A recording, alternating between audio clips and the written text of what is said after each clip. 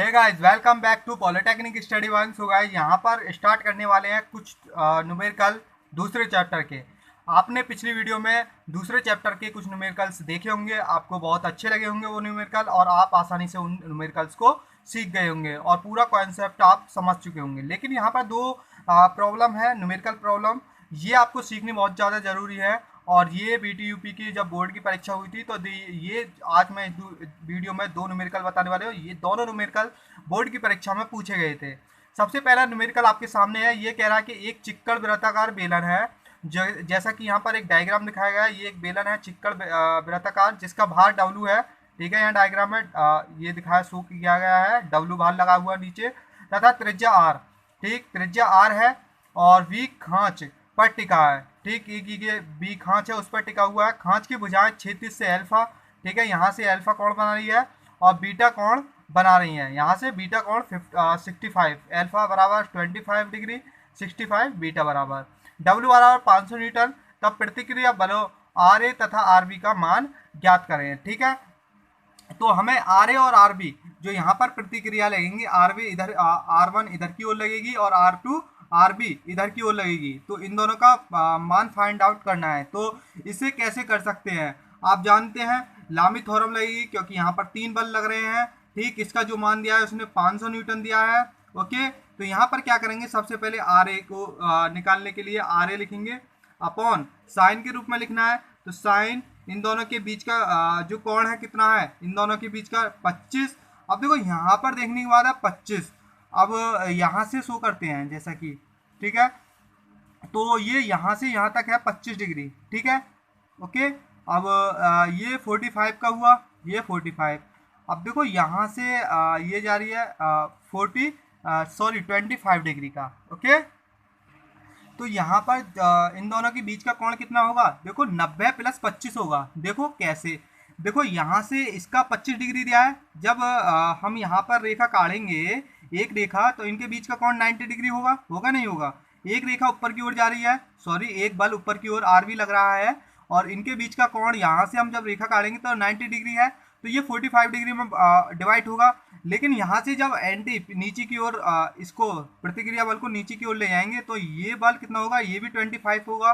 ठीक, तो इन दोनों के बीच कितने का हो गया? 90 हो गया। ठीक, इन दोनों के बीच कितने का होगा? 90, क्योंकि एक दूसरे के बराबर है, तो 90 डिग्री का एंगल होगा। तो यहाँ पर लिखेंगे 90 प्लस 25। ओके, समझ गए नहीं होंगे आप? अब यहाँ पर आर बी लेंगे, तो आर बी के दोनों बीच का कोण कितना? दोनों फोर्स बचे, इन दोनों के बीच का कोण कितना होगा? एक ये लग रहा है, एक ये। अब जी एफ 65 है, तो यहाँ पर भी कितना होगा? 65 होगा। ठीक है, तो इन दोनों के बीच कितना है? अब इसको नीचे की ओर ले जाते हैं यहाँ पर, तो इन दोनों के बीच, ठीक, तो कितना होगा? 90 प्लस 65। तो यहाँ पर लिखेंगे साइन 90 प्लस 65। ओके, समझ गए? अब देखो डब्ल्यू की बात करें, तीसरा बल, तो इन दोनों के बीच कितना होगा? इन दोनों के बीच सीधा 90 डिग्री का होगा कोण। ओके, समझ गए ना? तो यहाँ पर साइन 90, साइन 90। अब साइन 90 का मान आप जानते हो 1 होता है, तो आर ए का जो मान होगा वो कितना होगा? आर ए बराबर होगा डब्ल्यू, डब्ल्यू का मान कितना है? 500 न्यूटन। ओके, इनटू, अब साइन 90 प्लस 25 का मान देख लेते हैं कैलकुलेटर से। तो यहाँ पर 90 प्लस 25 करते हैं, तो 90 प्लस 25, सबसे पहले 115। तो यहाँ लिखेंगे साइन 115 का मान होता है 0.906। अब देखो इसमें मल्टीप्लाई कर देते हैं, पॉइंट यहाँ पर लिख लेते हैं सबसे पहले 0.906 की मल्टीप्लाई कितनी करेंगे? यहाँ पर 500 की, क्योंकि 500 है। ठीक है, डब्ल्यू का मान, तो यहाँ पर आंसर आएगा आर ए का 453.15 न्यूटन। ठीक है, पहली जो प्रतिक्रिया लगी है ये, या लगभग में आप लिख सकते हो इसे 453 केवल। अब आर बी का भी मान इस प्रकार से निकालेंगे, तो आर बी को हम क्या लिख सकते हैं? आर बी को डब्ल्यू, अब डब्ल्यू कितना है? 500। अब देखो 90 प्लस 65 कितना होता है? पहले 90 प्लस 65 जोड़ लो। ओके, उसके बाद 155, डायरेक्ट साइन 155 का मान लिखना है, ये आता है 0.422। ठीक है, 0.422। अब इसकी मल्टीप्लाई, इसमें मल्टीप्लाई कर देनी है 500 की, मल्टीप्लाई 500, तो आंसर होगा आपके सामने 211.3। तो यहाँ पर आप लिख सकते हो 211.3, या आप इसे लिख सकते हो लगभग में 211 न्यूटन, इसे लिख सकते हो लगभग में 453 न्यूटन। ठीक है, आप इतना लगभग में लिख सकते हो, कैलकुलेशन सही होनी चाहिए। ओके, और नेक्स्ट क्वेश्चन देखो, नेक्स्ट क्वेश्चन है आपके सामने, ये कह रहा है कि 60 डिग्री के कोण पर लगे जो दो बल का परिणामी दिया है इसने 14 न्यूटन दिया है। ठीक है, 60 डिग्री पर दो बल लग रहे हैं, उनका परिणामी 60 न्यूटन है। कुछ यहाँ से कुछ एक कॉन्सेप्ट आपको क्लियर हो रहा होगा कि ये चीज़ हम पीछे सीख चुके हैं और एक फॉर्मूले पर आधारित है। यदि वह बल समकोण पर लगे हों तब परिणामी, समकोण पर कह रहा है तो 90 डिग्री पर बात कर रहा है। ओके, तो परिणाम जो है परिणाम रूट 136 न्यूटन है। तो दोनों बलों का परिणामी ज्ञात कीजिए। तो इस सवाल को सॉल्व करते हैं। सबसे पहले यहाँ पर 60 डिग्री वाले को लेते हैं। फर्स्ट सिचुएशन 60 डिग्री दिया इसने, तो यहाँ पर क्या करेंगे, 60 डिग्री वाली सिचुएशन लेंगे। ओके, तो यहाँ पर जो आपका फॉर्मूला था ये वाला R square P equal to P square plus Q square plus 2pq cos theta. तो यहाँ से हम डायरेक्ट आर बराबर रूट में ले लेंगे ये सभी चीज़। ठीक है, तो यहाँ पर क्या होगा, P square plus Q square plus 2pq into cos theta. ठीक, और दो बल पी और क्यू है। ठीक है, दो बल की इसने बात करी और 60 डिग्री की कह रहा है वो। तो यहाँ पर कितना होगा, आर कितना दिया इसने 14, तो यहाँ पर लिखना है 14 न्यूटन ही आ गया आर की जगह। तो यहाँ पर क्या होगा, P square plus Q square plus 2pq into theta का मान कितना है cos 60। ठीक, 60 डिग्री। ओके, आगे इसको सॉल्यूशन करोगे तो 14 इजिकल टू कितना होगा, यहाँ पर आप लिख सकते हो P square plus Q square plus 2pq into 1/2। 2 से 2 यहाँ पर कट जाएगा। ओके, ये चीज़ समझ में आ गई आपको। अब देखो इसको क्या लिख सकते हो, दोनों ओर का वर्ग कर कर हटा सकते हो रूट को। तो दोनों ओर का हमने वर्ग किया, 14 मल्टीप्लाई करेंगे तो कितना आएगा, 196 आएगा। और यहाँ पर बचेगा P square plus Q square plus P Q. Okay, यह आपने समीकरण नंबर फर्स्ट मान लिया। अब सेकंड सिचुएशन क्या किया है उसने, क्या कह रहा है, यदि वह बल समकोण पर लगे हैं, 90 डिग्री पर बात कर रहा है। तो जब 90 डिग्री पर बात करेगा तो क्या आएगा, और 136 दिया है तो 90 डिग्री पर बात कर रहा है, 136 मान है आर का, 136 इजिकल टू, तो यहाँ पर क्या होगा, देखो P square okay plus Q square plus 2pq cos 90। Okay, cos 90 का मान आप जानते हो। तो यहाँ पर क्या आएगा, दोनों ओर का वर्ग करेंगे, ये रूट है आर का मान। ओके, इसका भी दोनों ओर का वर्ग किया तो क्या आएगा, यहाँ पर 136 equal to P square plus Q square equal to sorry, ये आपने समीकरण सेकंड वाल गया, यही आएगा क्योंकि इसका मान 0 हो जाएगा। ओके, अब इसके बाद क्या करेंगे, यहाँ से ये जो मान है ये वाला इसमें रख देंगे, समीकरण सेकंड को समीकरण फर्स्ट में। तो इसका इतने बराबर 196, तो पी क्यू का जो मान आएगा डायरेक्टली आप यहाँ से समझ लीजिए कि ये है P square plus Q square plus P Q equal to कितना है, यहाँ पर है उसका मान 196। इसका मान कितना है यहाँ पर 136 plus P Q equal to 196। इसमें से इसको घटाएंगे तो कितना बचेगा, पी क्यू इजिकल टू 60। ये आ गया।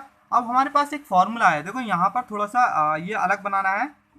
ये देखो हमारे पास एक फॉर्मूला क्या है, ये है हमारे पास पी प्लस क्यू का होल स्क्वायर का। हम जानते हैं ये क्या होता है, P square plus Q square plus 2pq ये होता है। ओके, समझ गए आप। अब देखो p प्लस क्यू का स्क्वायर करेंगे यहाँ पर, और इसका जितना मान है कितना है 136 प्लस 2 इंटू पी क्यू का मान कितना 60।